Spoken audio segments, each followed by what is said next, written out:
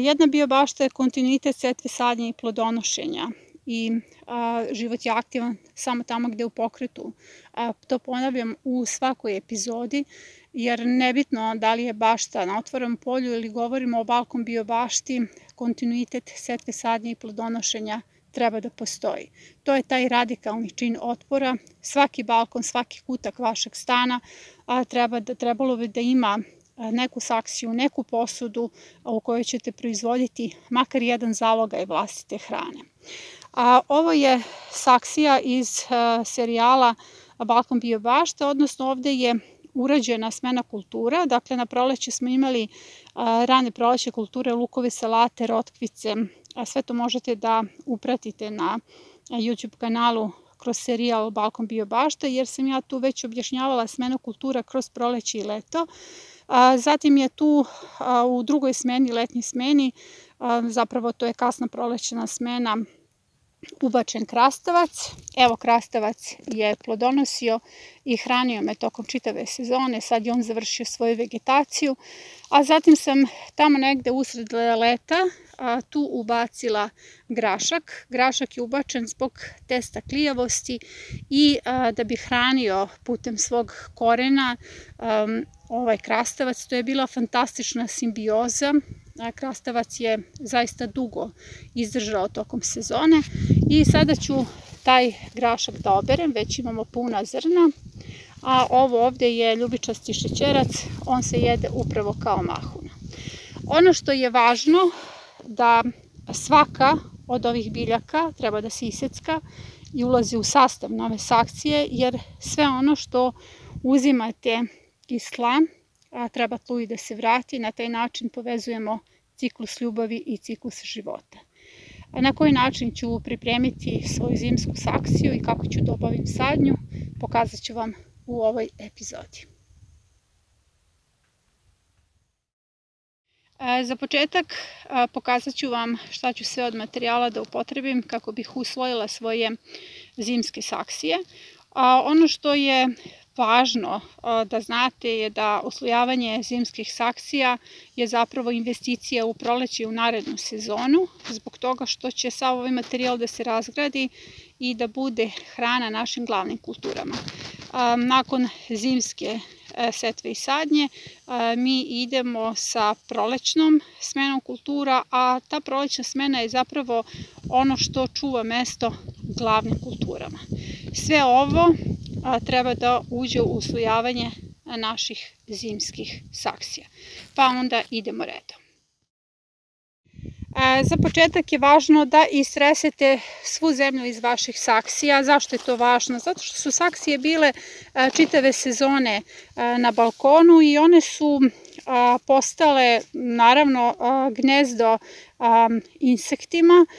Tu su položena jaja. Evo, naročito kada su u pitanju hruštovi, sada ćemo ih ovde i potražiti. Evo, već sam ih pronašla. To su hruštovi koji se hrane korenom vaših biljaka i naprosto biljke u saksijama su njima jedina hrana. Sada ću ja sve ove hruštove da pokupim i da pustim na travu da se zbrinuti hrane. Pogledajte kako se to lepe, onako prave debeljuškaste životinje. Svako biće je rođeno da bi živelo, nije naše da ih ubijamo i zato ću ja njih samo da izmestim iz saksije kako bi moje biljke u saksiji mogle da prežive i da ih sklonim na travu. Dakle, prvo je bitno da pregledamo našu saksiju, da vidimo šta se tu nalazi od gnezda, da gnezda smestimo na sigurno mesto, jer svi ti insekti su položili gnezda zato što nisu imali gde. Evo, pogledajte, tu je zalutala i glista. Glistu ćemo takođe da premestimo u komposter. Evo, imamo još jedan hrušt. Dakle, najvažnije jeste da usitnite sve ovo što je bilo već u saksiji. To je odradilo svoj posao i da sada tu zemlju upotrebimo kada je očistimo od gnezda i naglašavam, svako gnezdo i svako živo biće iz ove saksije se treba prebaciti na sigurno mesto, bezbedno, kako bi nastavilo dalje svoj život, a mi ćemo dalje da uslojimo našu saksiju. Ono što ću dalje da upotrebim jeste peršun kao izvor joda, list gaveza kao izvor kalijuma, detelinu kao izvor azota. Sve oko vas je resurs i putem ovog serijala, odnosno svih epizoda na YouTube kanalu, želim da vas isprovociram da prepoznajete resurse u vlastitom okruženju. Ja ću upotrebiti vlastiti kompost. Vi možete, ako ste u urbanoj zoni, da koristite gotov supstrat. Ovo je peletirani stajnjak koji se može kupiti u svakoj poljoprivrednoj apoteci. Odnos zemlja, kompost i đubrivo treba da bude 3:2:1. Ovo su ti ostaci o kojima sam pričala, koje ću iseckati i ubaciti u saksiju. I ono što je vrlo važno jeste ovo kao pravo blago. Ovo je koren graška, dozator azota. Evo ovdje se fantastično mogu vidjeti čak i zadebljanja. Evo ovdje. Zadebljanja, to su upravo te kvržice. Azotofiksatorne bakterije su odradile svoj posao i ovo je sada dozator azota i na ovo gledam kao na pravo blago. I to ću ubaciti u svoju saksiju. Kada se ova moja saksija usloji, ja ću u zemlju da ubacim ove cevčice koje sam napravila od suncokretovih drški. To su ovakve drške koje imaju unutar pulpu, sunđerastu pulpu. Samo ih prerežete, očistite pulpu i dobijete prave cevčice. Zašto su one bitne? Ubacujemo u saksiju dosta organske materije koja će se razlagati, odnosno radimo neku vrstu kompostiranja, a za kompostiranje osim vlage i toplote potreban je kiseonik i ove će cevčice da obezbede dovoljnu količinu kiseonika za pravilan proces razgradnje. Dakle, mali trik, sve oko vas je resurs. Prvi sloj je uvek sloj zemlje u nekih 10 cm. Nakon toga ću staviti kompost.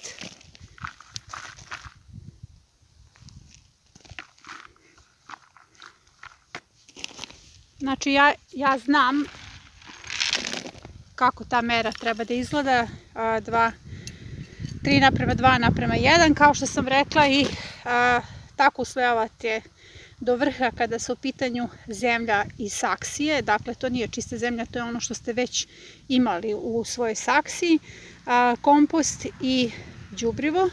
Nakon toga ću složiti sloj deteline.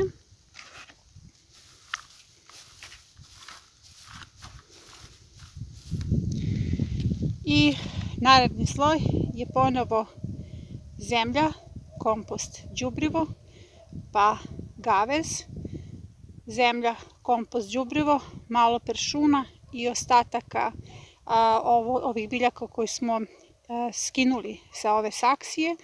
I sve se to na kraju završava kompostom i đubrivom i upravo u taj sloj od nekih 10 cm mi sadimo.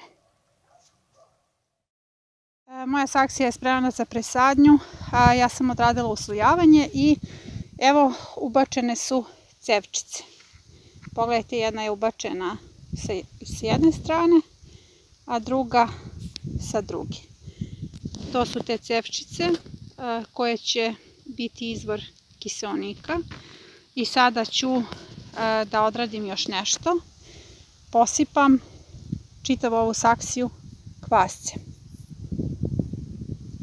Pre zalivanja jedna ovakva čašica kvasca. Kvasac u sebi ima uksin, hormon rasta i vitamin B12 i mikroorganizme, tako da će ovo sve biti jedno aktivno tlo za nove biljke. Sada ću nju da zalijem i naša je saksija spremna za sadnju. Ja sam upravo završila sadnju u svoje ozime saksije i sada ću vam pokazati šta sam sve od kultura tu ubacila.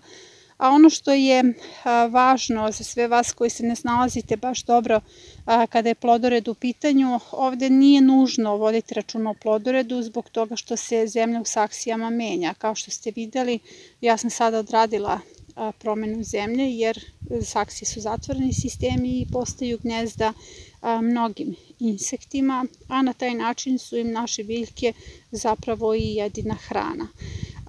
Ovde je mnogo bitnije voditi računa o druga dva sistema kombinovanja, kao što je kombinacija na osnovu afiniteta rasta i kombinacija na osnovu dužine vegetacije, kako bi što više kultura stalo i na taj način vaš čin revolta bio jači.